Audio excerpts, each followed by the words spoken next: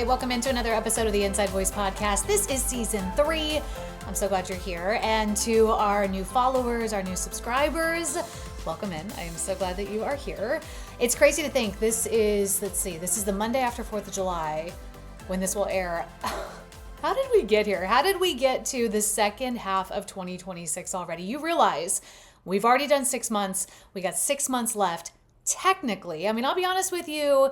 When you start thinking about all the things that are coming up in the fall and the winter, all these holidays, everything just goes by really quickly. So in a way, it feels like we have less than 6 months left, especially since December doesn't even really count with Christmas and family and travel and hustle and bustle and all that jazz. It's more like we've got 4 or 5 months. If we're just being real. That is a little more motivating for me than probably most people. I'm sure others are like, oh gosh, it might as well be 2027 already. Pretty much. But just want to encourage you in the second half of this year to not just coast through the rest of it, to not think, well, I really didn't do anything the first 6 months, or maybe I did a lot in the first 6 months. I'll just kind of skate by.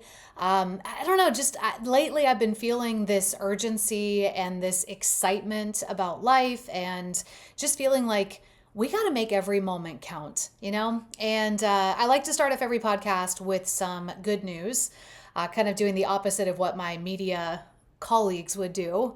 It bleeds, it leads. No, with me, if it makes you smile, we're going to start with it. I know that doesn't rhyme, but I'll figure out something for it. But, the World Cup is going on right now. It's been really fun to watch foreigners and visitors in the United States do 4th of July and realize just how incredible it is that we are such a proud nation and freedom matters to us and we love the red, white, and blue and we celebrate it big. And it's even more special. It's like this perfect storm of the World Cup being here and it's the 250th anniversary of America. America celebrating 250 years. That's really cool. But what really is starting to resonate with me and almost make me a little bit emotional when it comes to the World Cup is watching people come together to pray, to worship, to talk about Jesus. There was one girl that I was following, she's from France, and she said that the greatest thing that she took away from her time in America was Jesus. And her most prized possession that she went home with was a Bible. I love that. And seeing these teams come together and pray before and after games, there's just an element of it that makes me think, of all those verses that we talk about of, every tribe and tongue, every nation will confess and bow their knees to the Lord. And honestly, it's a little glimpse into heaven, which just gets me super excited. So that's your good news for this episode. I want to deviate just a little bit and just share some thoughts with you from a recent experience that I had. Little reminders, little things that stuck out to me when I went to my 20-year high school reunion. It is crazy for me to think about that, but this just recently happened and it really was an incredible trip. I'll be honest with you, it was not the right time for this reunion. My oldest brother and his kids came to visit the week before. Literally, I took them to the airport the same day that I was going to the airport. So I drove them, dropped them off at their gate, and went to my gate to leave to go to my reunion. And it was chaotic. It was a short in and out trip. I was out late Friday night, flying out and flying back home early Sunday morning. The reunion was Saturday evening. And it was just me making this trip, my husband was unable to go. And it actually ended up being pretty much everything that I needed. A little solo travel, going back to my hometown, kind of just getting to do what I wanted to do while I was there. I've only been home since graduating high school a handful of times in the last 2 decades. And the last time I was home was probably about 5 years ago. Actually, it was 5 years ago because it was when my mom passed away. So this was my first time back. And I couldn't go home. I couldn't have my Miranda Lambert, the house that built me moment, which I really wanted to. But the house that I grew up in actually sold. And it just didn't work out for me with the new owners to be there, to, be able to walk around and like go to my old like room and like my old hideout spots on our property and stuff like that. But one day that is going to happen. Maybe for the 30-year reunion, we can make that happen. But yeah, it was a nice solo trip for me to walk down memory lane at my own pace, to be in my hometown again. And I just kind of want to share some things that stuck out to me and that resonated with me, some lessons that I learned, some things that I want to change in my life that I think will also resonate with you.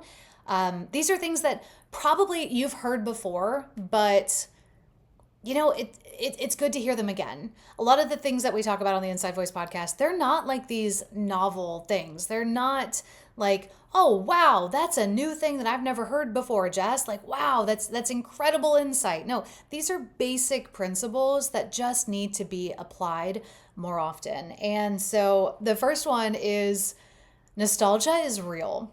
Nostalgia is this wonderful feeling of longing for a place that used to be, longing for feelings and emotions and experiences, sights, sounds, and smells even, that just bring a level of comfort to you that maybe present day things can't. Nostalgia is something that can make you feel incredibly whole, but also incredibly empty at the same time. There's the meme that said that millennials, the reason why we are so nostalgic for our childhood is because we are longing for a world that doesn't exist anymore. And I'm sure every generation goes through this to a certain extent. Longing for a time before television or a time before the internet, stuff like that. But something about millennials, we remember the world before cell phones were like just everywhere, before smartphones, before social media. We remember times that were just simpler. And now, like, everybody has a phone in their pocket. Everybody has the internet in their pocket. Everybody has social media in their pocket. Like, we have drones delivering Amazon packages. We are sending normal everyday people to space, rich people, but still like not trained astronauts. You know what I mean? Like Katy Perry went to space, for crying out loud. Like, we're just living in a different world. Cars drive themselves now. A lot of things are voice command. I mean, we're also to the point where you can order a robot to live in your home. Like, I've seen these ads online. Gosh, I hope they're not AI and I sound like an idiot right now.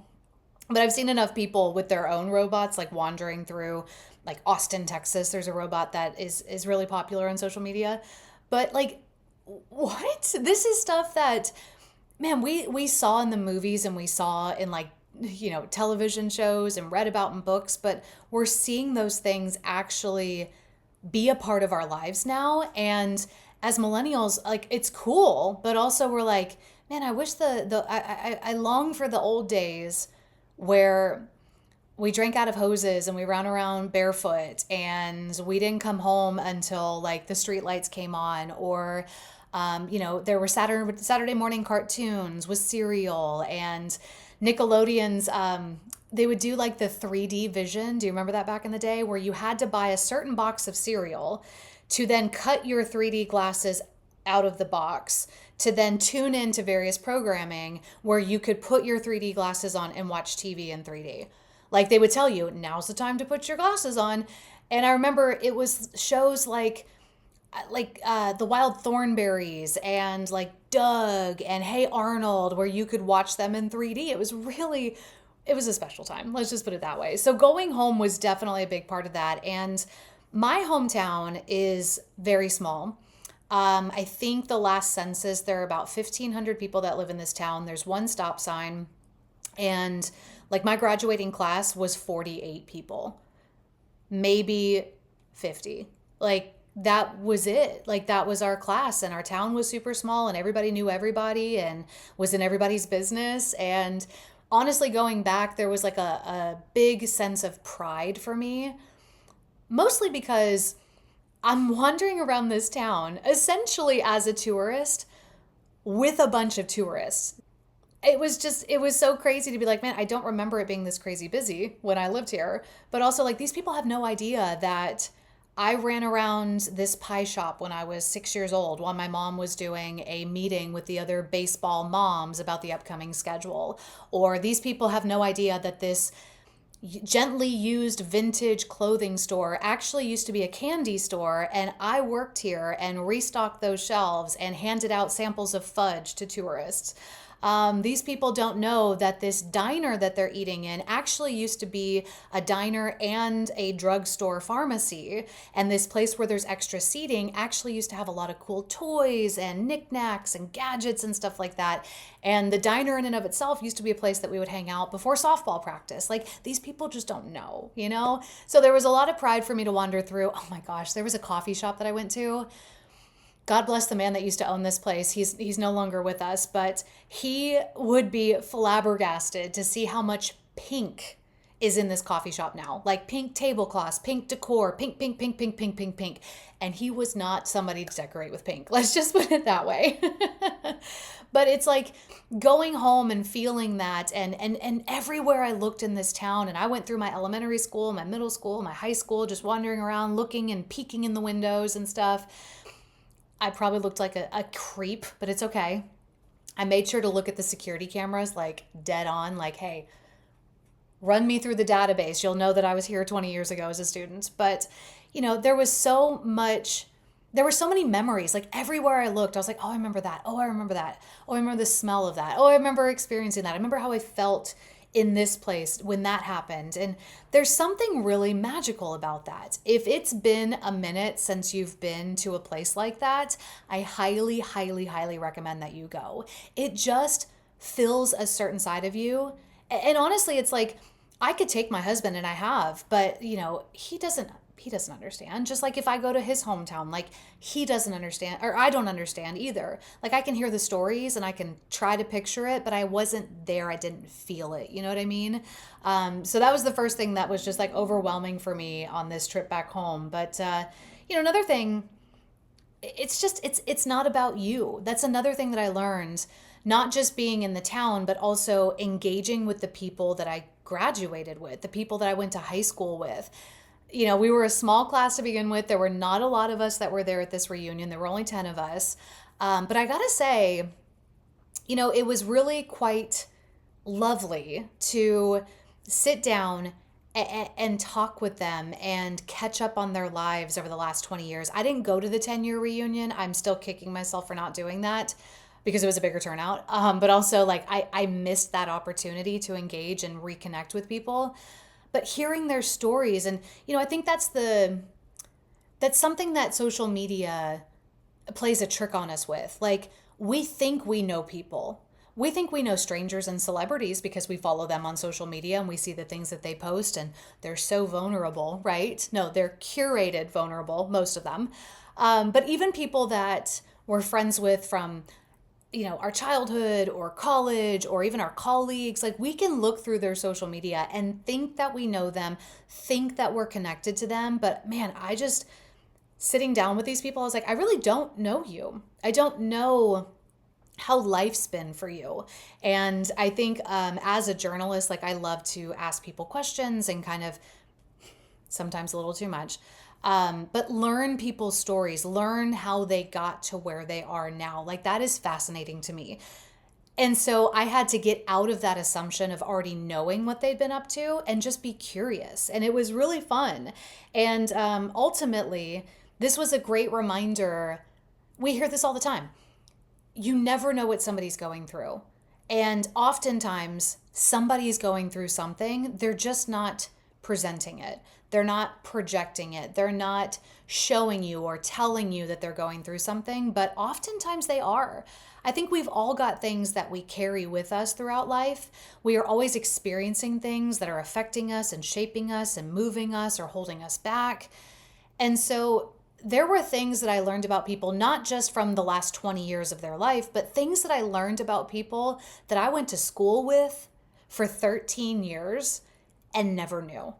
Things that they struggled with, hardships that they went through, traumas that they experienced that, you know, for being in such a small school, I never knew that they were going through that stuff. You know, you can be in close proximity to people and not know what's really going on inside of them and be completely oblivious to what they're going through, but also oblivious to how you are affecting them by not knowing that information. You know what I mean? Now, I'm not saying you need to be in everybody's business, but just recognize that, we have an effect on other people.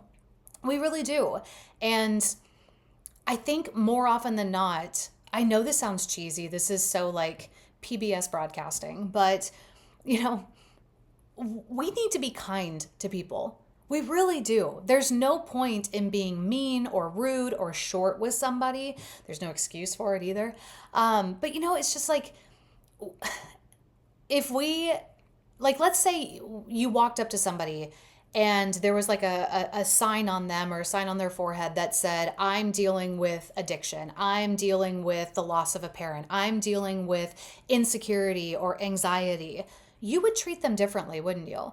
Like, you would maybe put on some kid gloves. You would maybe be a little more soft in your approach. You'd be a little more cognizant and even curious about how you could show up and help them or just make their day better.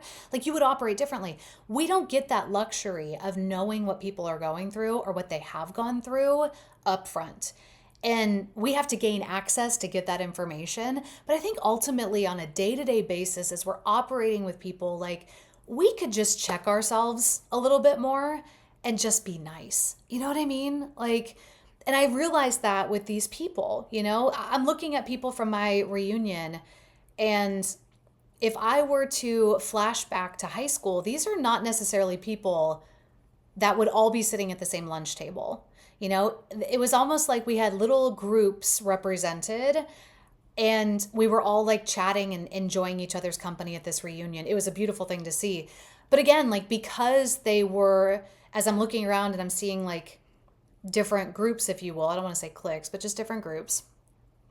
Yeah, it re-solidified in my mind how little I knew these people and experienced them, and I wasn't somebody that was super close with anybody, but I do feel like I tried to just kind of float, and I was maybe agreeable with everybody. I'm a 3 on the Enneagram. Like, I tend to do that anyway. I just want everybody to be good. You know what I mean? But I just didn't go deep with people when I was in high school. Like, it just, I hadn't reached that level of emotional maturity. So there's probably good reason why I didn't know a lot of these stories from people. But, just listening to them now, it softened me so much more. And I think that's something that we could really use in our world today, a softer approach. So another thing that I learned while engaging and just enjoying good conversation with these people and just being back with people that knew me in another chapter of my life, my role is important in their life.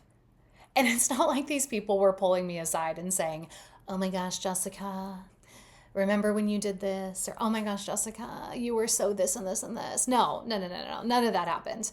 But I think it made me realize that us being together in that class, us having a chunk of our lives that we experienced with one another matters.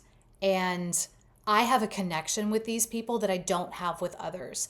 And that matters. Like, your role in other people's lives, whether you knew them from a long time ago or they are the most important relationship in your life right now, your role matters in their life. And going back to just being kind to people, they always say, like, people won't remember what you did, they'll remember how you made them feel. That totally resonated with me at this reunion. I was very cognizant walking into that space where we had our reunion, thinking, I hope I wasn't a jerk to anybody. You know what I mean? Like, I hope there's not somebody here at this reunion that's just like, she's here? Great. It's like and maybe that's just an insecurity of mine because, yes, I do like to be a people pleaser and I do like to be pleasant with everybody. But ultimately, yeah, it matters how you make people feel. It matters how you show up in people's lives, especially if they're really close to you. Like, think about your spouse, think about your kids, think about your best friend or your cousins or your grandmother, or, your nieces and nephews, your coworkers that you're very close to. Like, it matters how you show up in their life because Well, it's their life, like you want to contribute, at least this is the way I see it. You want to contribute a level of positivity to their life. You want them to feel like they matter to you. The same way you want to feel like you matter to them, right? And that they are a positive and fulfilling presence in your life. You know what I mean? Ultimately, it's like people want to feel like they're seen, like they're heard, like they're loved, and ultimately like they matter. And so your role is incredibly important in them feeling that. Now, I'm not saying you need to bend over backwards for every single person on the planet. I'm not saying that you need to show up for people that are abusive towards you or, have harmed you in a way that, if you get close to them again, it might put you back in that situation. But I think ultimately, investing in people, showing up for people, serving people really, really matters. And that kind of goes back to this thing of like, it's not about you, right? I think one of the greatest things that we can do in this life is serve others. A lot of times we're off chasing a passion or chasing what we think is a calling in our life because we think it's for us. But I think the beauty of God is that in his kingdom, when we step into the roles that we've been given, when we step into what his purpose is for us using our gifts, it's so much more for other people than it could ever be for us. And yet, we reap so much benefit from that. You can sit there and say, like, oh, if I show up for this person, if I serve this person, it's all about them. But you get so much out of that as well. So I really want to encourage you to think about how you're showing up for other people, especially if you're married. I think oftentimes we get into marriage thinking we're going to get a lot of stuff. I'm going to get a husband. I'm going to get, this partner, this companion. I'm going to, get this person that is just automatically going to love me forever and I'm set, right? But one thing that I have learned, I've been married for almost 13 years. I've learned that marriage is so much more about serving that other person than it is about getting what you need out of that person. Oh, they'll fill those needs for you because the same works in reverse. They should also be showing up and serving you and putting you first, right? Meeting those needs. But it's so much more about giving than it is about taking. And that goes, for marriage, but it goes for other relationships as well. So again, your role is important. The way that you treat other people matters. So don't miss it, okay? And the last thing that I learned, well, actually I have two more things, but the last one's pretty short. Another thing that I learned being at my high school reunion is that it was nothing that I expected. Like I said, I didn't go to the 10-year reunion, which, sometimes 10 years out of high school, it still kind of feels like high school. 20 years out, people have kids, people got careers, people have been through life. Not to say that they haven't at 10 years, but more so at the 20-year mark, right? And so walking into this, I was kind of thinking like, oh, it might be a little awkward. It might be a little uncomfortable. There might be some awkward moments. Like, what do we talk about? It was like no time at all had passed. And maybe this is because we did go to such a small school that like the stories that we shared, like there was a good chance you remember that story. You know what I mean? There were quite a few stories that I was like, wait, what? What? That happened? No. What? What are you talking about? I'm like having revelations. I'm like Winona Ryder at that award show where she's like making all those faces like, what? Huh? Yeah. Okay. But it was really, really wonderful to almost feel like we never missed a step, which was great. But really just feeling this overwhelming sense of home. Because at the end of the day, and again, this is probably because we were such a small class, these people knew me at a chapter and a phase in my life that most people around me now didn't know me at. The people I work with, my husband, even my extended family that I live near now, I didn't grow up near them. So most of my life growing up, I wasn't engaging with my cousins and my aunt and uncles on a regular basis. And, my friends, they didn't go to high school with me. They didn't go to college. Well, some of them went to college with me, but they didn't go to, anything before high school, like elementary school or junior high. They didn't grow up near me. Like these people that I was with at the reunion hold a special place in my life because they witnessed a part of my life that not a lot of people witnessed. You know what I mean? And that's special. And in a way, going back to this reunion, just it created this sense of security, this sense of peace and this sense of joy. Maybe it's the nostalgia, maybe that's aspects of it, but just feeling like a chunk of my life that feels so far removed from me, not just because of time, but also because the people I engage with regularly now weren't a part of that chapter. It's special. And and going back and feeling like I got to be a part of that world again, like Ariel, but feeling like I got to be a part of that world, it was like, yeah, that was a good time of my life that I don't always get to talk about because nobody knows what I'm talking about, right?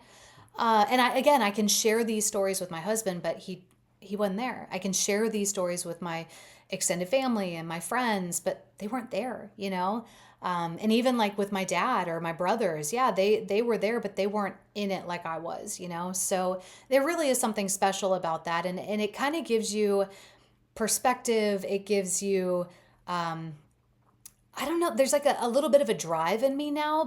Maybe it's that sense of pride that I had of like, I'm proud of where I grew up. I'm proud of the people I went to school with. I'm proud of who I was in that season of my life. And I'm excited to move forward. I think I just had a revelation of why this trip was so good. And, the people, obviously, the town, obviously, but I feel like going back gave me an opportunity to rewrite the last time that I was home. Because the last time that I was home was when my mom passed, and it was a very different trip, a very different experience. And being able to go back and have such a positive one,